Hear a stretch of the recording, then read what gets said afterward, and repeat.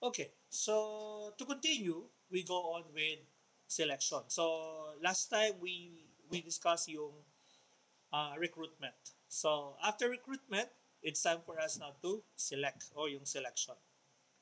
Selection means selecting a certain fixed number of, take note, of suitable candidates. Okay? It's a suitable candidates from those who applied for certain position or certain post. Now, selection process starts as soon as recruitment ends. Malinaw yun. Right after recruitment, selection na yung kasunod. Bakit? Kasi sa recruitment, ano sabi natin? We are just pulling applicants. So, we just simply gathered enough applicant as we could get. Ganun siya. So, sa selection, iba na yung scenario. Sa selection kasi, all of those applicants no na nag-gathered natin dun sa recruitment, they will undergo certain screening. So magsisimula ang selection doon sa screening. Kaya nga ang sabi niya, pagkatapos daw mismo ng recruitment, papasok ang selection. Pero siyempre, you cannot select in such a manner na wala kang pagbabasihan kung paano mo siya pinili. So, there is a steps, no? There is a process in the selection. Step number 1 is the preliminary interview. Of course, interview muna. So, the initial interview or the initial screening, usually undertaken yan ng mga receptionist pa lang. Tinatanong ka, etc. Do you have any work experience, etc. Or graduate ka ng anong school, etc. Mga ganun ba? So, kaya ang sabi niya, interview is essentially a sorting process in which prospective applicants are given the necessary information about the nature of the jobs in the organization. If certain candidates meets with the requirements of the organization, he may be selected for further action. Take note, selected for further action. Ibig sabihin, hindi ka pa napipili para sa trabaho. Ano pa lang? Napili ka pa lang para doon sa susunod na step. So, ibig sabihin, maraming step to. Hindi lang isang step ang pinag-uusapan natin dito. Okay? Can you follow? Can you follow, guys? Yes, sir. Oh. Kung hindi ka na-eliminate, yan, hindi ka na-eliminate sa preliminary interview, ibig sabihin, proceed to the next level ka. Kung hindi mo naman na-meet yung requirements, evicted ka. Hindi mo na-meet yung requirements. Parang kayo. Sabi mo, ang suitor na gusto ko, halimbawa, sabi ni Angela, ang suitor na gusto ko ay tall, dark, and handsome. Tall, dark, and handsome. Pak, suitor number 1, tall. Uy, may qualification. Next level ka na. Yung sumunod, hindi tall, hindi rin dark, lalong hindi handsome. Ano mangyayari sa kanya, Angela? Eliminated na agad. Bakit? Hindi pumasok sa criteria mo tama? No. So, ganun din dito sa ano. Kaya nga mo, nagsimula sa recruitment si Angela, meron siyang mga suitors, collection of suitors. Pagkatapos ng mga suitors na yun, tinitignan lang ni Angela kung sino doon yung pwede. Maliwanag? Hello? Ayun. Okay, good. Okay. So, pagdating mo dun sa second step, yun na yung reviewing formal application application in blank. So, application in blank is a written formal application by the person submitted by the person while applying, okay? While applying for certain position. The object of this application in blank is to get candidates introduced to the interviewer so that he is in a position to prepare himself as to what kind of questions he is to ask to size up the candidates. Kumbaga, pipilautan mo tong um, application in blank na to para yung interviewer magkaroon ng idea tungkol sa'yo. More than your resume, ha? More than your resume. Bibigyan ka niyan. Kung minsan, ano yan? Series of questions. Mga 2 to 3 questions siguro, ganun. Then sasagutan mo. Those questions is intended to find something. So, ibig sabihin, nagbibigay si application in blank ng preliminary information para makatulong doon sa interview. Okay?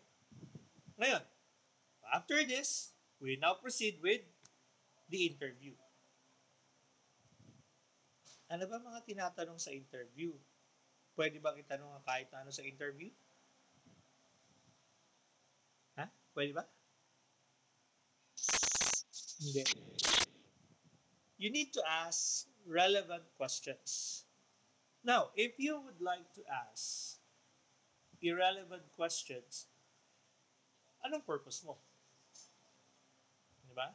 Ngayon, minsan kasi tinitingnan lang natin how broad their horizons is, how broad yung kanilang line of thinking. Kung minsan kasi you ask something about the economy, yan, okay yan. Bakit? Kasi ano eh. Kasi it has something to do with the job. Pwede yun. Pero kung chismis ang tatanungin mo, parang malabo yata yun. Unless yung chismis na yun has something to do with your business. Halimbawa, nag-a-apply ka as a writer. Ayan.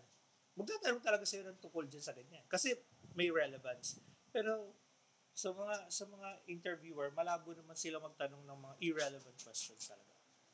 So, ang interview daw is said to be the most important step in the process of selection because only the screened applicants or applications are considered for selection and the firm sends out an interview letter. So, the mere fact na ikaw ay dumating sa interview, ibig sabihin nun, isa ka sa mga mapalad na napili. Ibig sabihin, nagkaroon na ng pre-qualification at pasado ka dun sa pre-qualification na yun. So, that is good. Diba? Now, sabi nga nila, no method other than interview is quite as satisfactory in judging individuals' ability in oral communication. Bakit? In personal selling, oral communication is essential. Do you agree? Do you agree? Oh. Kasi isipin mo, hindi mo ma-express ang sarili mo. So, paano ka makikipag-communicate sa client? Sir, bakit ikaw hindi ka nag-i-English? Guys, kaya ko naman. Kaya lang, iniisip ko, baka mamaya, mahirapan kayo. Pero alam nyo, mas gusto ko sana mag-English para ma-practice tayo pareho. So, ito, oral to eh. So, since this is oral, it would be easier for us to assess one another. Do you get the point? Hello? Do you get the point? Mga bagets. Para kung walang kausap, si Angela. Si Angela lang yata naka-tune in sa akin. Tsaka yung aso ni Angela. Now, there are some interviewing techniques. First, we have the non-directed, non-structured interview. So this kind of interview does not follow a standard format of questions. Instead, it involves a relaxed discussion. No, this method is perhaps the best way of probing an individual personality. Bakit? Kasi less pressure to. Itong non-directed, non-structured interview na to, parang ano lang to, parang panel ano lang yan. Panel discussion. Tatanungin kita, sasagot ka. Ganun lang. Hindi ito yung, so what can you contribute with our company? Yeah. What do you have that can be an asset to our company? Hindi ganun. Tatanungin ka of certain issues. Kumbaga, ang titignan niya rito, how deep you are. Titignan yung level of thinking mo base sa mga sagot mo to those kinds of questions or mga situational questions. Ganun siya. Okay, maliwanag? Parang ano yan eh. Parang yan yung ginagawa ng marami. Parang ginagawa ng marami yan eh. Lalo na yung mga boys. Hindi naman yan nanliligaw na sinasabi na, Miss, liligawan kita. Hindi naman, tama? Hindi. Nag-observe lang yan. Nagtatanong-tanong lang yan. Pagka ba ikaw manliligaw ko, sasabihin mo sa kanya, Miss, liligawan kita. Ano ang mga gusto mo sa buhay? Anong favorite flower mo?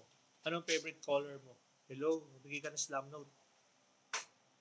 Hindi pwedeng ganun, tama? Pero,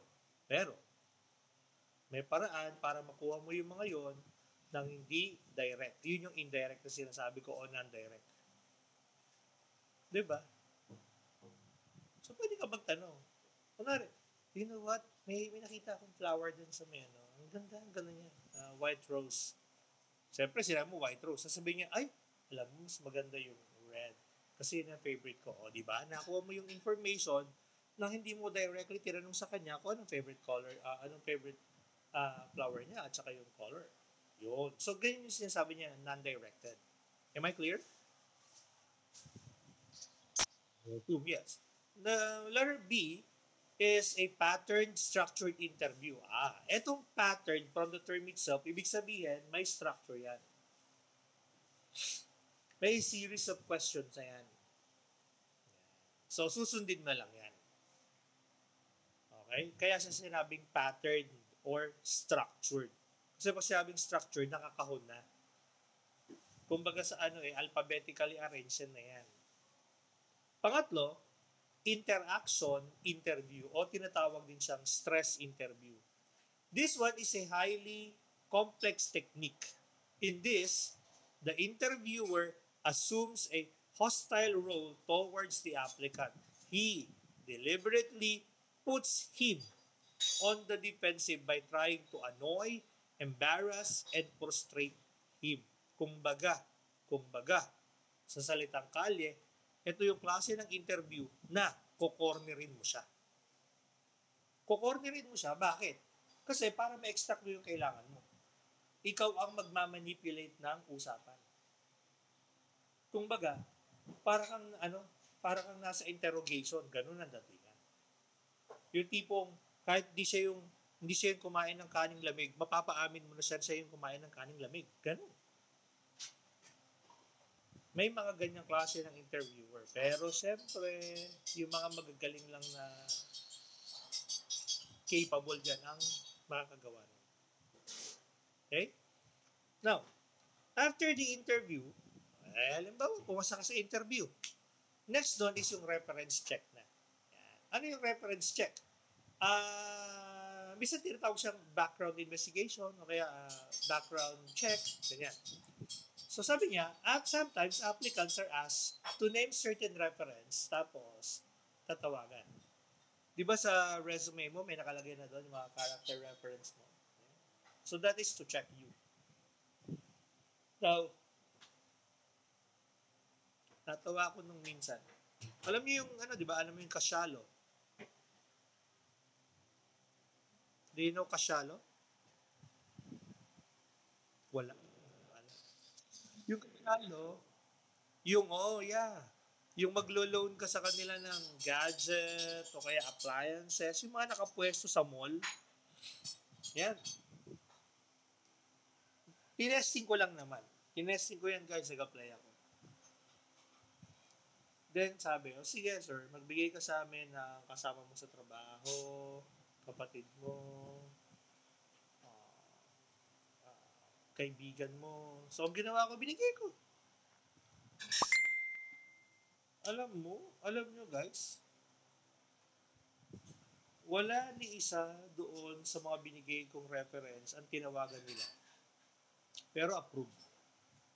Di ba ang taray? Pero may mas nakakatawa pa dyan. Yung si home credit. Bakit? Ang hihingin sa yung reference, alam mo kung sino? Dahil sabi ko kasi, I'm married. Yung asawa ko. Sabi niya, sir, bigyan mo na lang na reference mo yung asawa mo. Di ba? Mali. Maling-mali. Bakit? Natural. Ang sasabihin ko sa iyo nun yung maganda. Yung mas certain na doon. Pero, kasama talaga dun sa reference check yun. Pero yung iba guys, ang ginagawa nila, background check talaga. Katulad ng inatinan ko last time, kaya hindi tayo nakapag-klase nun eh, last Thursday. Sa ano daw, sa BSP, Bangko Sentral ng Pilipinas. Pagka daw sila may mga applicants, yung ibang applicants sila for higher position, talagang ang background check nila guys, hindi lang dun sa mga references na binigay mo. Hindi. Pumupunta sila mismo dun sa bahay. Nagtatanong-tanong sila dun sa mga kapitbahay. Next to reference check is step number 5, psychological testing. Ayan. Maraming bumabagsak dyan sa psychological testing na yan. Psychological test can be defined as a systematic approach for comparing the behavior of two or more persons. The psychological test operates on the common theory that human behavior can be well forecasted by using sampling. It can be forecasted. Pwede nating masabi kung ano ang kanyang ugali or what. Possible daw yun. So, ano yung ilan sa mga psychological test na sinasagutan ng mga applicants? No? Una, aptitude or ability test. Ang aptitude, ito yung natural talent mo. Kaya aptitude, natural talent. Ibig sabihin, innate ability yan. So, ano-ano yung klase ng aptitude or ability test? It could be a mental or intelligence test. Naku. Usually, ang exam mo niyan, math. Alam nyo guys, nung, nung nag-aaral ako, anong year ba ako?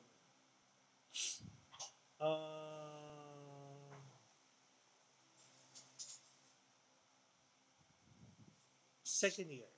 Nung second year college ako guys, I work at Unilever Philippines. Yeah. Unilever Philippines as factory worker. Ang ang duty ko noon is 6 to 2. 6 a.m. hanggang 2 p.m. Maalis ako ng bahay ng mga 4:30 ng umaga. Kasi malayo eh. Sa ano pa siya? Sa Paco, Manila. Sa UN station, doon. Pero alam nyo, hindi madali makapasok doon sa pabrika na yun. Why? Kasi may exam. Bukod sa physical test, may mental test din sila. Isipin mo, sasagutan mo yung 30 item test. 30 ha? 30 item test na math in 5 minutes. Ganun. Pero ano lang naman, multiplication, division. Pero guys, 30 items, 5 minutes, 5 to 10 minutes siguro ganun. So, medyo mahirap din. Buti sana kung ang digit mo, 2 digits lang. Eh may mga 3 digits, 4. So mahaba. Luckily, I pass. No? Pero ang point doon, guys, para saan itong mental or intelligence test? Because they are trying to measure your IQ. Bakit? Kasi sa trabaho, kailangan yun. Pag Pag mababa ang IQ, baka kasi mahirapan sumunod sa instruction. Baka mamaya it's very difficult to deliver the service because of that. No. Isa pang aptitude test, bukod sa mental or intelligence test, is yung mechanical aptitude test. So this one measures the capacity of a person to learn a particular type of mechanical work. So yung ating visual motor coordination. Halimbawa, hand movements. Kaya ba niyang gumalaw ng sabay? Parang ganito. Yan. Tapos yung isa, paano? Pag ganon. Yun, no? Pag ganon. Diba usually, ang kaya mo, sabay eh. Sabay, sabay, sabay, sabay, sabay, sabay. Ganon. Eh yung iba, pag ganon. Sa liwa, di ba? Yan. Hindi lahat kaya. So, titignan naman nila yan sa mechanical aptitude test. Lalo na kung may kinalaman sa machine. Pangatlo, psychomotor or skill tests. This test measures a person's ability to do a specific job. They are administered to determine mental dexterity or mental ability and similar attributes involving muscular movement. So psychomotor. Parang it's both your mental and mechanical tests. Parehong yun ang sinusukat. Pangalawang klase ng test, bukod kay aptitude, is personality test. Nako.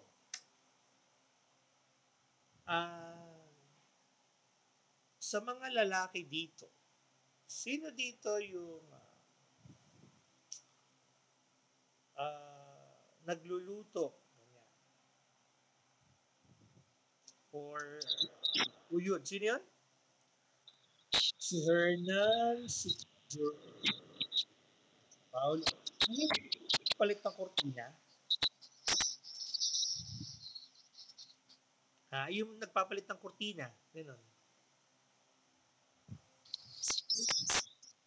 Ay, yung mahilig sa bulaklak. Yung lalaki. Lalaki na fond of flowers. Ha? Oh, good. Alam nyo guys, kaya ako natanong yan. I took the personality test sa CMU. Ang daming tanong dun about gawaing bahay. Ginagawa ko talaga lahat yun. Nagpapalit ng kortina, nagde-decide ng ayos ng bahay, pagpili ng color ng curtains, gumagawa ng gawaing bahay like laba, plancha, luto, etc. Lahat yung ginagawa ko talaga. Alam niyo lumabas sa personality test ko? I have a strong inclination to become gay. Kaya, Cal Jerome, mahilig sa bahay, flower, alam na, may chan. si Hernan. Hernan, ikaw may chance? Mataas. Nakikita ko sa profile picture. Sa profile picture pa lang mukhang nakikita chance. Ayun. Kung isang hindi, ano yan guys? Psychological test kasi yun. Akalain ko ba na yun? Na gano'n na lalabas, talaga namang ginagawa ko kasi yun. Pinagkatiwala sa akin ng nanay ko yun. Di natural, ginagawa ko. Diba, nagulat ako nung, inclination pala ako to become gay. Type, ganun. Yeah. Now, ano ba? Pangatlo. Kasi guys, kasi yung personality test na yun. Para makita kung paano tayo pakikibagayan. Kasi, remember, ang organization, meron niyang value system. Meron niyang organizational culture. So, kaya kailangan makasiguro tayo. Achievement test o yung tinatawag nilang proficiency test. So this test seeks to determine how much an individual knows about the subject. Yan. So normally yan, math, English, science, mga ganyan. abstract. Lagi meron yan. Kasi titiyan pa paano tumatakbo utak mo. Baka mamaya, may sapa ka na. Ano? Next is the interest test. These tests aim at finding out the type of work in which the candidate is interested with. Diba? Para magkakalaman dito kung saan ka nababagay. Next is the medical examination. Meron ba rito na nakapag-medical exam na? Yung nag-apply sa Jollibee or McDonald's? Wala pa nag-work sa McDo or Jollibee or... Yeah, si Angela. Manginasal. Oh, anong medical exam meron doon? Stool. Meron ba para sa Almoranas? Wala. Oh. Alam nyo, when I work at Unilever, after namin mag intelligence test, yung mga nakapasa doon, ang sumunod na tinest namin, medical examination, medical test. Particularly physical test. Alam mo yun? Puro lalaki kami, guys. Ano ako nun second year college, so nasa, ako nun, 18 years old. Lahat kami puro lalaki kasi puro halos doon sa Unilever Philippines, yung gumagawa ng syrup, mga ganun. Ang kinukuha nila doon puro lalaki. Kasi sa pabrika so may mga buhat-buhat, ganun. Nakapila kami sa clinic, guys. Pagdating sa clinic, isa-isa kami. Isa-isa, maghuhubad.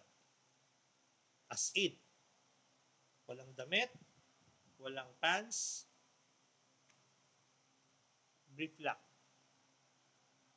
Pagkatapos, lalapit yung nurse, ibababa yung brief mo. Tutuwad ka. Dalawang exam ang gagawin doon. Una, dahil nagbubuhat, i-check yung scrotum mo.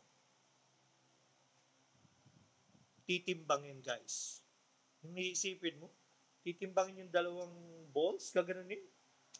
Yucks. Wala malaki sa nurse. Then, titignan yung wet packs mo kung may almoranas ka. Pag meron, out ka. Bakit? Hindi pa siya nagbubuhat yun. See? Ganun. Take note na-apply ako dun, factory worker.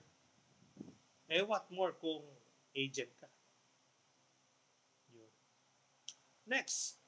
Sa medical exam, gusto natin kasi malaman kung fit to work siya. So, sa medical exam, kasama doon yung physical exam. Okay? Kaya ako nabanggit. Yung, di ba kayo, nagpa-drug test kayo?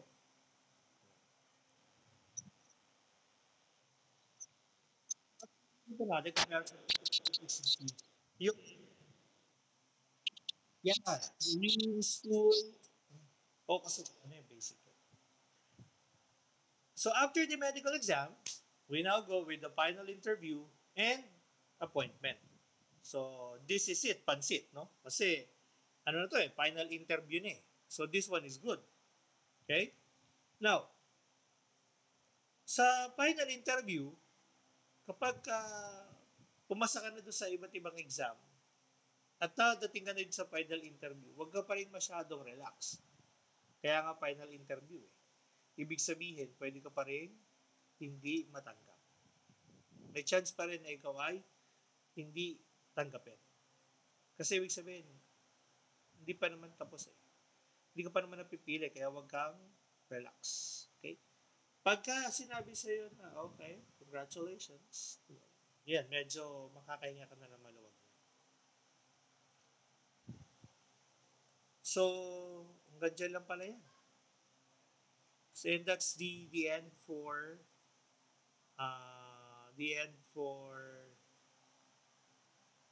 Unit 3. So, 2 o'clock pa lang. So, gusto niyo mag-proceed na ako ng next topic natin? maglalagay pala ako ng quiz ha for unit 3, okay? Don't worry, ang gagawin ko na lang ulit ay matching type para lahat happy. Okay? So ano, proceed na ako sa next topic natin para may konting discussion na tayo sa next topic. Next topic kasi natin is about sales report. Medyo ipapaspas lang natin to kasi sales report naman ito. By the way guys, um, I would like to discuss na din muna sa inyo ngayon yung magiging final requirement nyo. This will be your final exam. O yan ha. Ito na yung final exam nyo. Walang written exam. Okay? Okay. So anong gagawin nyo? Kung natatandaan nyo, I made mention sa inyo guys na kayo ay gagawa ng video yung inyong spill. You will record yourself selling something. Okay? Siyempre, kailangan nakabihis ka. Kompleto with props.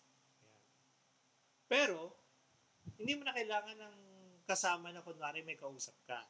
Parang ganito lang ginagawa ko ngayon. Parang ganyan lang. Okay? Anong mga pamimilian nyo? Pwede kang maging agent ng real estate. Pwede kang mag-agent ng insurance. Pwede rin ang real estate, insurance, condominium units. Car. Apat lang. Ulit. Car, condo units, insurance, and REIT o yung house. House ba sinabi? Ano siya?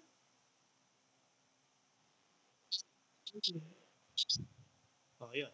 So, house and lot, insurance, condominium units, and car. So, mamimili lang kayo ng apat na yan. Ngayon, anong gagawin?